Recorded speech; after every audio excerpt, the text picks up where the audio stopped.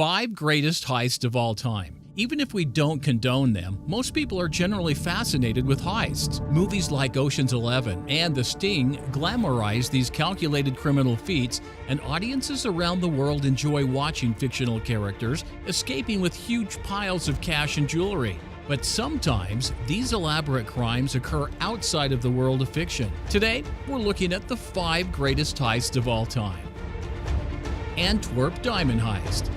The Antwerp Diamond District is one of the most heavily secured places in the world, with billions of dollars of diamonds changing hands there every year. And it was there in 2003 that one gang of thieves pulled off one of the largest diamond heists in history. Now, even though most of the gang, known as the School of Turin, has since been arrested, the diamonds have never been retrieved. The robbery was led by Leonardo Notarbartolo, a small-time diamond dealer, tenant of the Diamond Center, and a thief responsible for many minor jewel robberies. Although police believe he was the robbery's mastermind, he claimed that he was contacted by an unidentified diamond dealer who recruited him for the crime. Notarbartolo said he was paid to take pictures of the vault's complex security system. From those pictures, the dealer constructed a full-sized replica of the vault. Notarbartolo states that the dealer set him up with a small gang of Italian jewel thieves, each with specific skills for the robbery.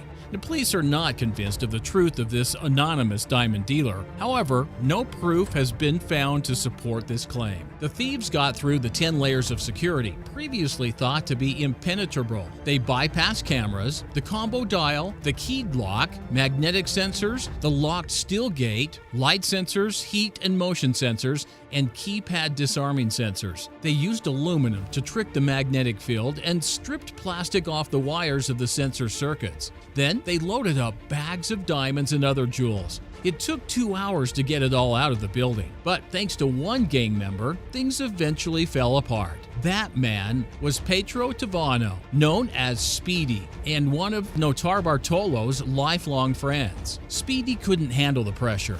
After unloading the loot into this car, he had to pull over because he was having a panic attack. Remarkably, not a single alarm went off. As security guards arrived on Monday morning, they realized that the thick steel door to the vault was open and 100 of the 189 safe deposit boxes had been raided, with some of the loot still on the floor. The world's only specialized diamond police, Patrick Pays and Agim de Breiker, phoned the vault's alarm company. "What is the status of the alarm?" they asked. "Fully functional," came the reply. However, authorities eventually found Notarbartolo by watching security footage. He was sentenced to 10 years in prison. Brazilian bank robbers. In 2017, Brazil's police arrested 16 men tunneling towards a vault containing 1 billion reais, or $318 million, and who were on the verge of pulling off the largest ever bank robbery in the country's history. Authorities swooped just before the alleged gang was able to use its impressively equipped tunnel to enter the safe at a Banco do Brasil branch in the country's financial capital. It would have been the world's biggest heist, said Police Chief Fabio Pinheiro Lopes on Globo TV. Police said work on the tunnel began 4 months ago, starting from a house several blocks from the bank. It had sophisticated supports, fans, and lights. The police believe Alcio Gomez Noriega was the ringleader of the operation. He is a 35-year-old man implicated in an attempted robbery of a security van in Paraguay. The court ruled the group be held in pre-trial detention. Though it's hard to believe, the group dug the tunnel by hand. They loaded the soil into sacks and carried it outside through an underground stormwater drain. To enter the tunnel, gang members descended a 2-meter ladder from one of the rooms in the rented house. The tunnel was about 1.5 meters high and was reinforced with iron beams and wood, and even wired with lights. The walls were lined with plastic garbage bags to reduce the dust. The tunnel was reportedly filled with food, water, special clothing, and digging tools. Police were probing whether the gang had the assistance of an engineer when building the tunnel, because the construction was so impressive. The tunnel renewed memories of a tunnel robbery 12 years ago when thieves made off with about $70 million. For the previous heist, diggers worked in shifts from 8 p.m. until 4 a.m., taking a break on weekends. The 3 gang members involved in that attempt were involved in 2 separate prison escapes using tunnels equipped with ventilation and lighting. $500 million cyber heist. Starting in 2009, cybercriminals from Eastern Europe infiltrated at least 100 banks in 30 countries, raking in as much as $1 billion in fraudulent transfers and hijacked ATM machines over a 2-year period. They did so with a mysterious Trojan called SpyEye. The attacker struck at Russian banks first, as well as those in Germany, China, and the United States. They got away with it initially, but soon authorities tracked them down and they were brought to justice. Alexander Androvich Panin, the inventor of SpyEye, who went by alias Grybodemon and Harderman Online, pleaded guilty to a court of conspiracy to commit bank and wire fraud in January 2014 after reaching a deal with prosecutors. Prosecutor Stephen Grimberg said SpyEye, a preeminent piece of malware developed from 2010 to 2012, was used to infect more than 50 million computers, causing nearly $1 billion in damage to individuals and financial institutions around the world. A second man, Hamza Bendelaj, a 27-year-old Algerian known online as BX1, was sentenced to 15 years. Prosecutors said he sold versions of SpyEye online and used the malware to steal financial information. SpyEye was a type of Trojan virus that secretly implanted itself on victims' computers to steal sensitive information, including bank account credentials, credit card information, passwords, and PINs. Once it took over a computer, it allowed hackers to trick victims into surrendering personal information, including data grabbing and fake bank account pages. The information was relayed to a command and control center to be used to access victim accounts. Panin conspired with others to advertise SpyEye in online cybercrime forums and sold versions of the software at prices ranging from $500 to $10,000, FBI Special Agent Mark Ray testified. Panin was the architect of a pernicious malware known as SpyEye that infected computers worldwide. He commercialized the wholesale theft of financial and personal information, and now he's being held to account for his actions, U.S. Attorney Sally Yates stressed in a news release. Now, many police agencies don't have the skills to effectively track down and investigate cybercrime.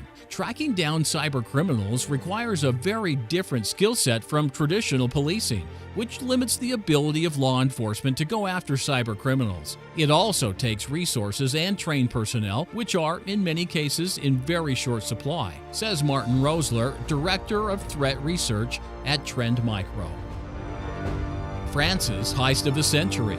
French gangster Jacques Cassandre was in court in 2018 for a crime committed over 40 years ago. Police noticed the fact the Marseillais mafioso was the likely mastermind of the heist of the century after he was discovered to be the anonymous author of a book about the crime. On July 16, 1976, a group of criminals robbed a branch of Societe Generale, France's third largest bank, in the southern city of Nice. Using the tunnels underneath the city, the gang was able to partially destroy the floor beneath the bank's basement vault and gain access to the banknotes, jewelry, gold bars, and safety deposit boxes located within. According to the Societe Generale's own account of the incident, the brazen criminals spent the weekend taking their time going through the vault's contents, even taking the time and luxury to picnic using the depositor's silverware. He used a pen name, but investigators quickly concluded that the writer was Jacques Cassandre, a key mafia figure in Marseille, where he is now standing trial.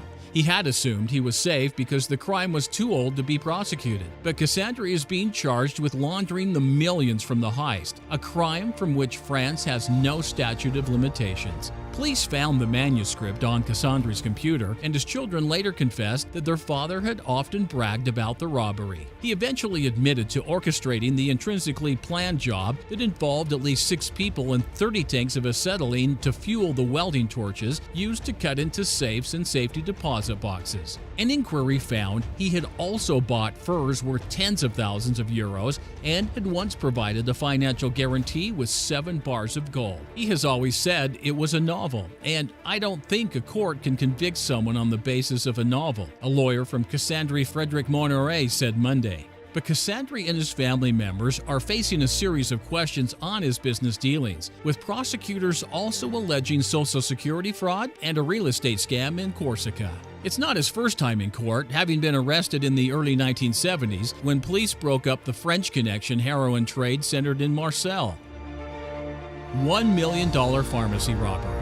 Back in 2016, the owner of a super value pharmacy in Fort Worth, Texas, rang in the new year with a trashed business missing $1 million worth of pharmaceuticals. The general manager, Jane Lawbaum, said the pharmacy at 720 North Industrial Boulevard was broken into in the early hours of December 31st. The burglars took highly marketable drugs with a street value of up to $1 million, she said. Surveillance footage shows men clad in black crawling and trying to break into a safe. Spilled pill bottles and cough syrup can be seen in the footage, and what appears to be a safe with the side cut out. An employee named Richard Irby said the robber tied him and 3 employees up with zip ties. He said he didn't want to hurt anybody, and we sort of took him at his word, but he's still waving a gun. The scary part, I never looked down the barrel of a gun before.